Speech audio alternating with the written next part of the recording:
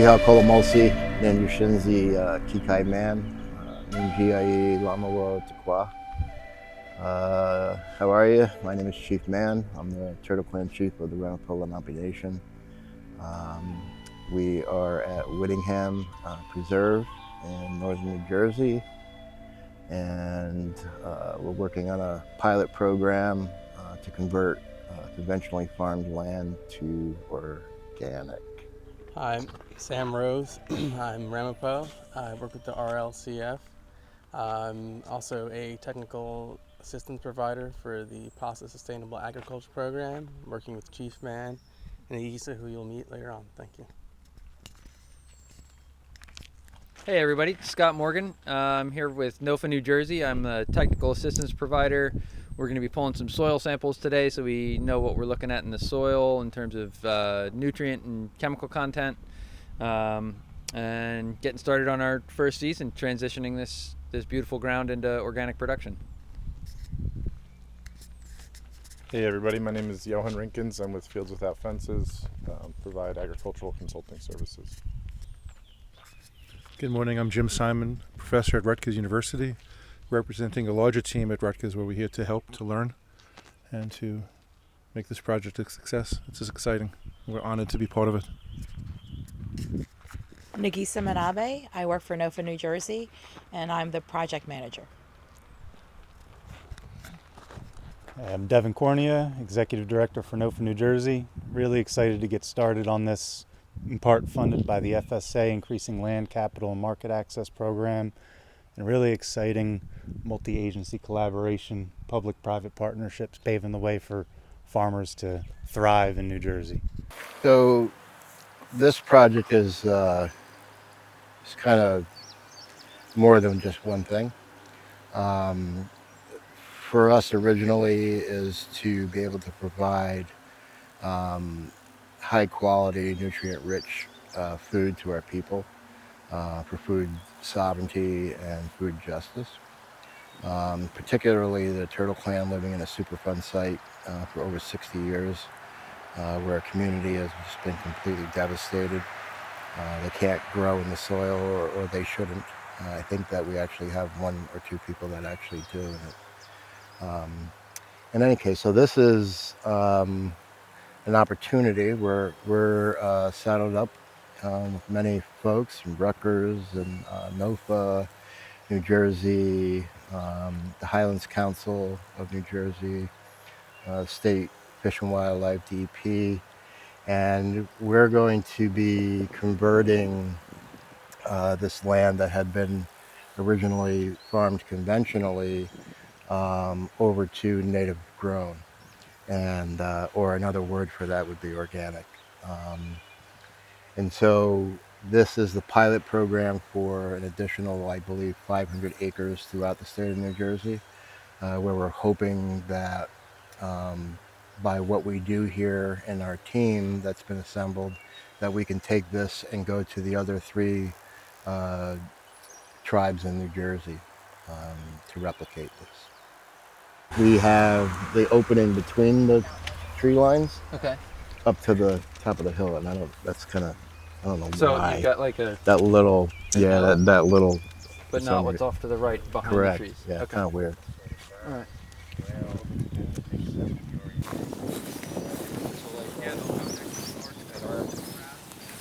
We're pulling some soil samples. We just want to get a look at the chemistry in the soil.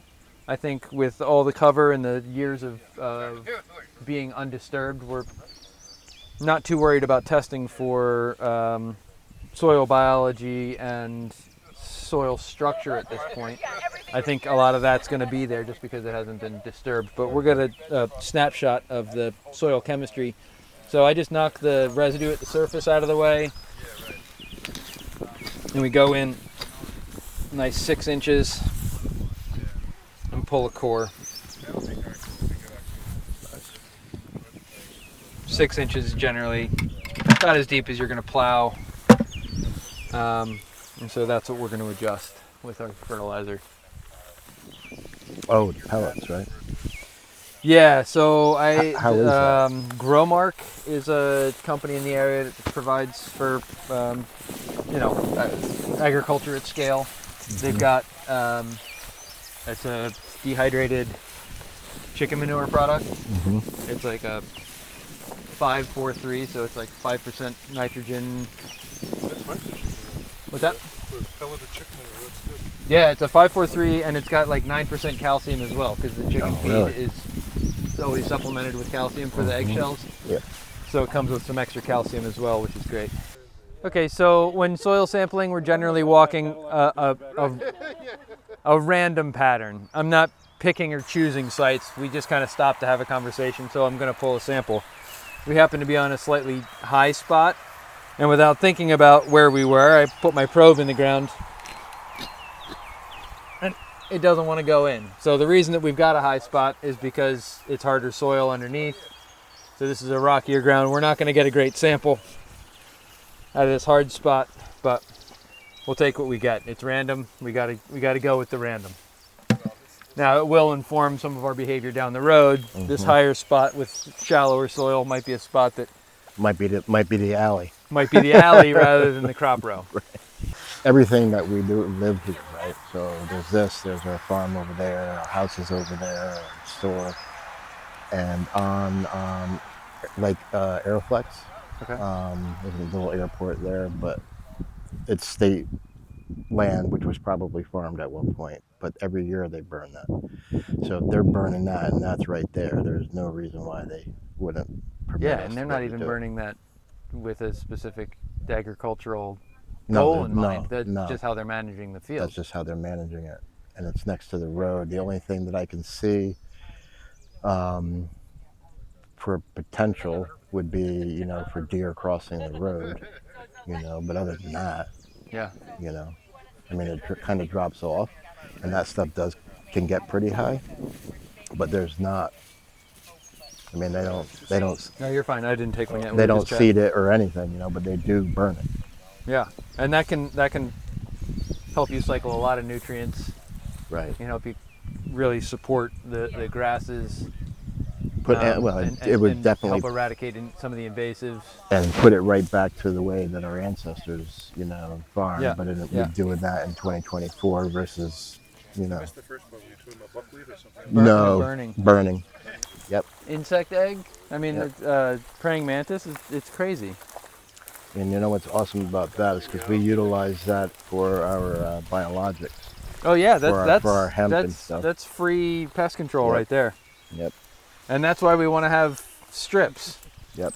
Right. That's why we want to have strips of whether it's intentionally planted or even, it doesn't even have to be modified. I mean, Right. just having strips of this Yep. amongst the strips of crop is going to provide Yeah, absolutely. built-in pest control. Yep.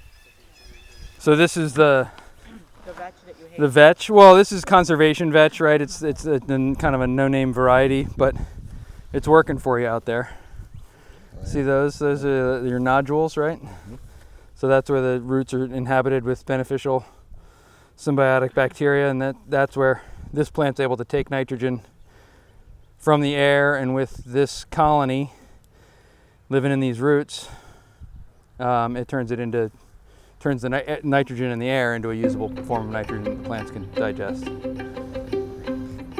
So we took the soil cores. They come out of the sampler basically looking like this, right? So at this point, so that we get a good sample, I'm just breaking that up. This is the whole sample from the field after a nice random walkabout. I'm gonna break it up for the most part, make sure it's all mixed together.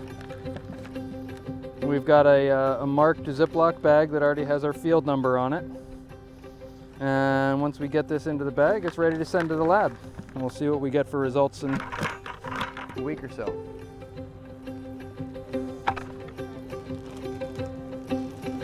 Hold that for me.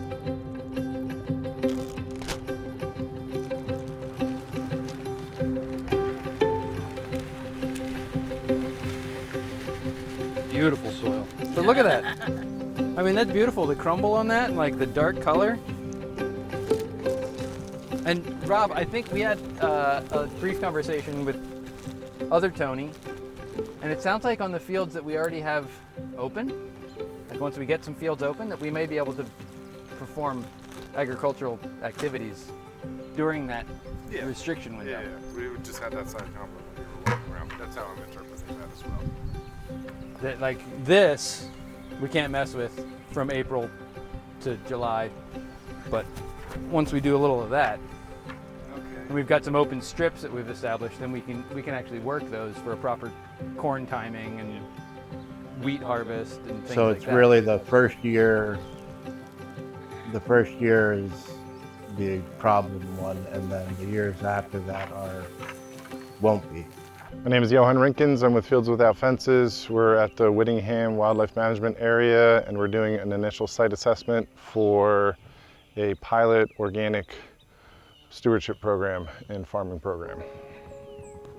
So at this site in particular, we're looking for access, topography, water, and vegetation. So we're looking at the vegetation right now, and we do have some remnant pasture hay grasses in here. There's goldenrod, there's monarda, there's bed straw. So this is all indicating a mid-succession grasslands into meadow ecology. And we have a gentle slope with the length of the field, tapers down and tapers in width behind us. And we have a slightly more moderate slope behind us on that hillside there. So we'll have a mix of hydrology patterns in here, some dry spots up top into some moderate sloped, moderate moisture into some lowlands that'll be a little bit wetter. So we'll take all that into account throughout the farming season, where certain things are cropped, when they're cropped, and then if any areas are better suited for vernal pools, wetland areas, etc. All right, so we're at the Whittingham Wildlife Management Area. We're in field 19684. It's a roadside field. There's no parking. It's just field access with machinery. However, what's interesting about this field is it's one of the longer, more contiguous fields across the slope. And so in this field in particular, I see an opportunity for contour farming or strip tillage. We had talked earlier today with the resident farmer and with some folks from WMA about doing either conservation tillage, strip tillage, or contour farming to both enhance the wildlife habitat within the field stand itself, and then also do some passive water management with that mechanical action as well. So this field is a strong candidate for that practice. We're at Whittingham Wildlife Management Area, field 19650. We're on the north side of the property, of the entire Wildlife Management Area property, that is, and we are looking at a rolling, gently sloped field. It looks like it's gone further into succession than most of the other fields we've looked at. There's definitely a species profile that has shifted woodier, so we still see that mix of pasture and meadow species. However, we also see multiflora rose, autumn olive, some blackberry, and even some of our native blacktop raspberry coming in as well. So we have a good mix of species. From a farming perspective, especially going into grain production, we'd want to knock some of these species back through mowing, through tillage, etc., and really try to shift this field earlier. I think this is worth taking a look at. So again, from site prep, field and vegetation management, the same field that we're in has a high dry mound in the center of it. It slopes to both sides, so into a woodland in one direction and then down in the next field in the other direction. But in that field drainage direction, it actually goes into a low spot. It almost looks like the water would get impounded at certain times of year. There's indicator plants in there that suggest that it's wet for a good portion of the year. So it's just something to keep in mind when the farmers get in here and start farming, that we might need to either stop short of that field and just let it transition into a wet meadow, or take some water management steps to make it a little bit more viable from a farming perspective.